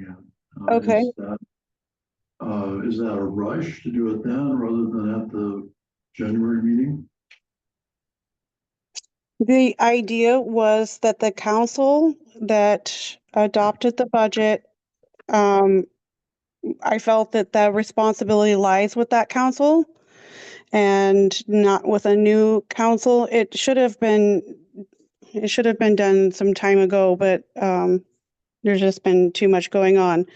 So it's already been put in the paper, and so we are obligated to have that meeting.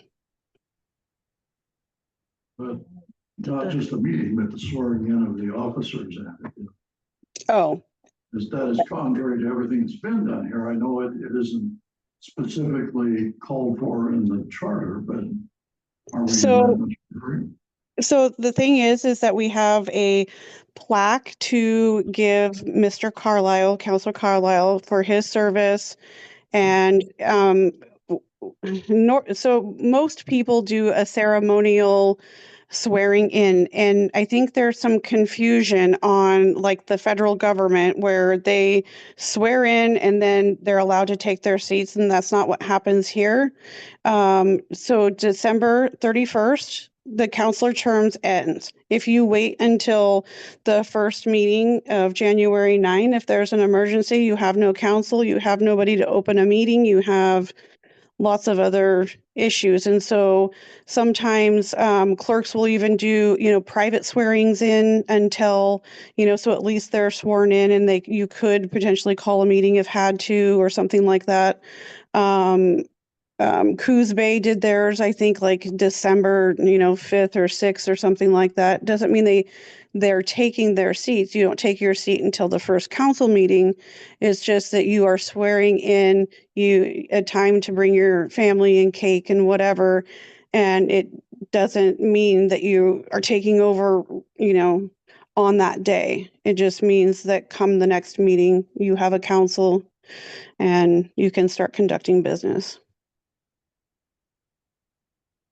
The charter says that you take your seat at the first meeting. It doesn't indicate who or when you swear in. And so it's advised, even in other cities and amongst the Clerks Association and things, that you do it in December. How does the council feel about that? Will we accept that, or should we do something? We have cake ordered. Yes.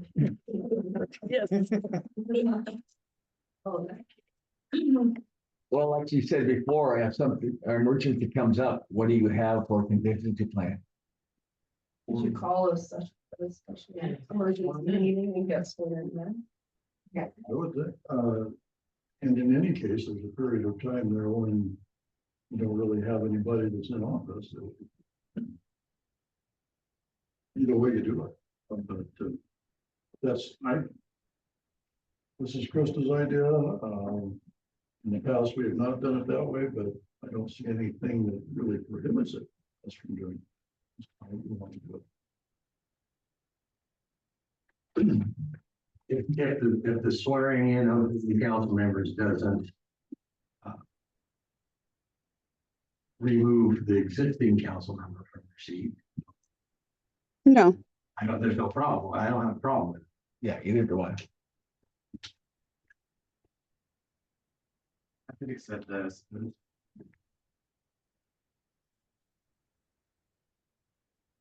It's fine with me. Okay, well, okay, that's what we'll do.